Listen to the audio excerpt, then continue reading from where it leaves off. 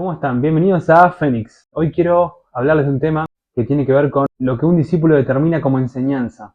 ¿Qué es la enseñanza? La enseñanza es simple y llanamente el cúmulo de corrientes, líneas de pensamiento, de hermetismo, de ocultismo, desarrolladas por sabios en la antigüedad, por iniciados, por órdenes secretas, por sectas mistéricas, o sea, del misterio, o como se dice, escuelas de misterio.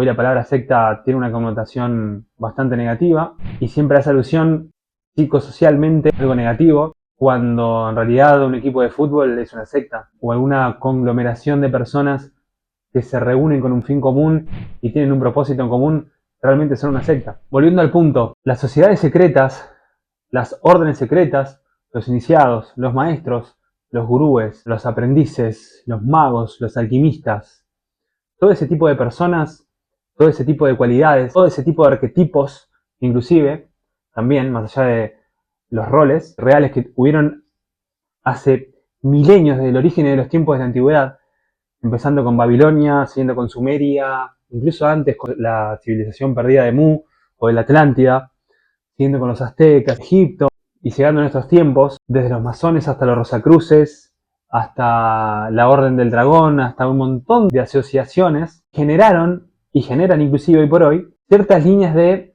desarrollo constructivo, que es la manera de pensar, es la manera de entender la vida, la idiosincrasia de quién va a ser un buscador de la luz, discípulos del alma de uno mismo, o del alma del mundo si se quiere, o discípulos de la vida. Cuando hablamos de enseñanzas, son claramente enseñanzas herméticas. La palabra herméticas, por supuesto, que viene de Hermes, Trimegisto, ¿no? Otro gran sabio e iniciado de la antigüedad, entre millones que hubieron.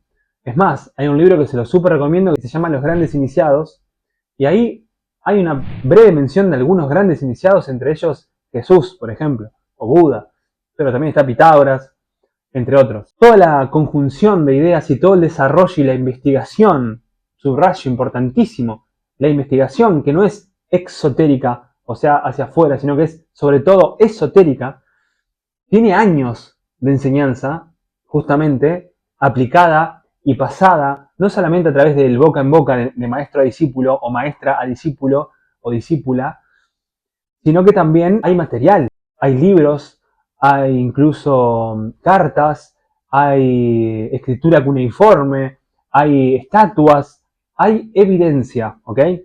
Pero lo más importante es el desarrollo interno y los procesos, los descubrimientos, las autorrevelaciones, que para todos pueden ser diferentes, pero sin embargo hay cosas que ya están estudiadas, ya están descubiertas, internamente hablando, que fueron legadas a través del tiempo y que muchas escuelas de misterio o grupos esotéricos, por supuesto que según sus afinidades, tienen la posibilidad de remontarse a esos descubrimientos, a esas lógicas pensantes, a esos datos, y en base a eso, cada persona, cada discípulo, cada maestro, cada rol de ese grupo, que siempre los hay, desde la antigüedad que los hay, va aportando su propia perla, además. Porque si no, sería un dogma, si no sería un rito. ¿Hay religiones que así lo son? Y sí, claramente.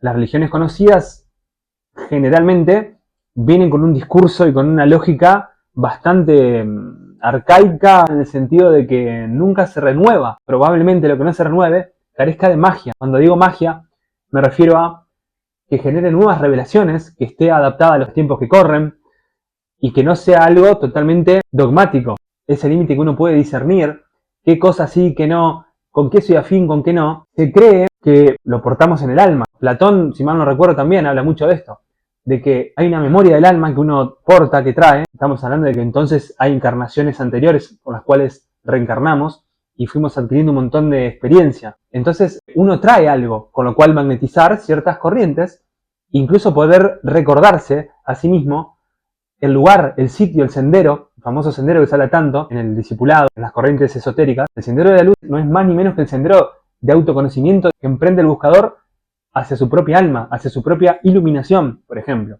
El gran nacimiento, el gran despertar, y ahí recién comenzaría realmente la evolución. Así que imagínense los que no llegamos todavía a la iluminación, ¿qué nos queda? Pero bueno, de eso se trata. En fin, entonces cuando se habla de transitar el sendero, es muy particular en cada persona. Y quizás incluso hay ciertas cuestiones que como alma podemos ser afines, pero sin embargo hay pequeñas diferencias. Y quizás incluso hay casos de personas que pueden estar muchísimo tiempo en algún grupo, en alguna asociación, resonando justamente con un montón de ideas, y de repente quizás en el 100% no eran afines, terminan buscando otros horizontes, lo cual está perfecto, porque en realidad el discípulo hace su propia vida interna y la va descubriendo con el correr del tiempo. Y no todo tiene que ser exactamente afín, realmente. Claramente que no, por eso somos tan diferentes.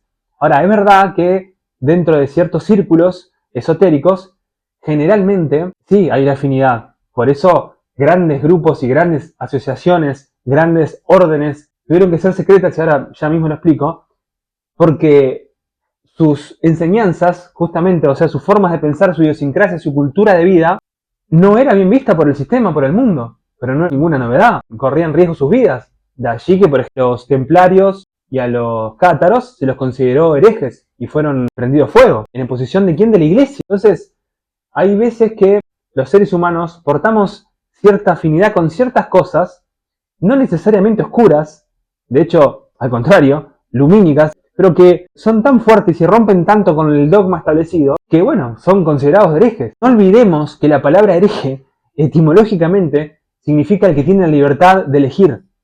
Entonces, imagínense el nivel ya que hay de distorsión ya con la propia palabra, por ejemplo. Pero esto sucede en cualquier cosa, o sea, el que es de Boca, el que es de River, es fanático a full y tiene su propia lógica y convicción que va a ser totalmente contraria a otra. Bueno, qué sé yo, por tirar un ejemplo. Ahí cité justamente el tema del fanatismo. Bueno, eso es una adhesión extra que no tiene nada que ver, no debería tener nada que ver con lo espiritual. Porque el fanatismo parte del ego. Entonces, si uno se observa, si es que se observa en esa lógica, no tiene nada que ver con el discipulado eso. Al menos no es un discipulado sano, porque no obedece a la propia y a la primordial regla, entre comillas, que casi que es sentido común, que es ser fiel a sí mismo. Es como casi el cedo de la enseñanza, de ese tipo de enseñanza, ¿no? De la enseñanza al menos con la cual yo soy afín. Y si no sos afín porque no te cierra tal o cual cosa, es seguir buscando.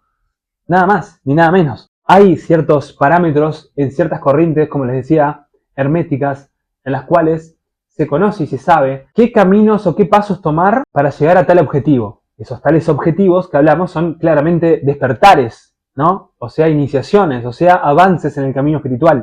¿Podés ser afín a esos caminos? ¿Que hay millones de caminos? Sí, puede ser afín o no afín, pero digo, está en la búsqueda personal de cada uno, de ver cómo transita ese sendero, si es afín a esa lógica o no, y si no, tendrá que seguir buscando, si así lo desea el discípulo de la vida, para conocerse a sí mismo y despertar, realizarse, como se dice. El rol de un maestro, como el rol de un maestro incluso no solamente espiritual, sino un maestro de un colegio, claramente es, mirá, yo soy profesor de tal cosa, soy maestro de tal cosa, estudié esto, entonces, más mi propia experiencia, sé que si haces 2 más 2 y querés llegar a 5, va a ser imposible porque es 4. ¿Por qué? Por esto, por esto y por esto, no, porque Pitágoras.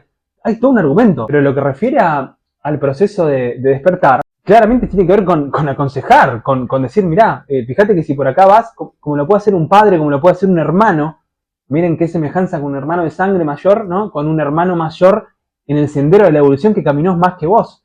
Porque no somos todos iguales. ¿Siempre uno tiene que aprender del otro? Por supuesto.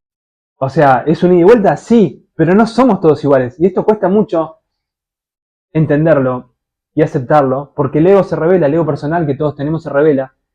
Y en una sociedad actual en donde prima TikTok y prima la discusión, cierta tendencia pensante bastante zurda, que es bastante rebelde y bastante querer llevar la corriente, y no con esto estoy diciendo que viva la derecha o viva lo no sé qué. No, no, no. Si no te diste cuenta que son dos grandes impostores, bueno, que no te diste cuenta que estás en una Matrix. Si te nace la devoción, no es fanatismo. Fanatismo es totalmente pasado. Fanatismo es adorar a los dioses del pasado. Es hacer sacrificios ritualísticos. Esa enfermedad, claramente, no es de la que estamos hablando, ¿no? Se entiende. Aunque hay algunas órdenes secretas Illuminati del otro lado, oscuras, que bueno, se ve que creo que siguen haciendo ese tipo de cosas, evidentemente. Si no investiguen, no me crean a mí, no le crean a nadie, sean ustedes mismos, investiguen. Pero bueno, algo que tiene que ver con Baal, algo que tiene que ver con Moloch. Bueno, la devoción, si te nace admiración, te nace por respeto, te nace porque realmente, como así vas al gimnasio, ves a alguien que tiene un lomo tremendo y dices, pará, ¿qué haces? ¿Qué estás haciendo que te funciona? Bueno, mirá, hice esto, fíjate por acá, no cometas... Es tan ridículamente estúpido y a veces tan difícil de entender que los estúpidos somos nosotros, porque a veces hay ciertos egos que no lo pueden entender, evidentemente. Pero se trata de eso. Uno tiene admiración, devoción y escucha al que sabe cuando considera que esa persona sabe más que uno. No hay ningún otro misterio.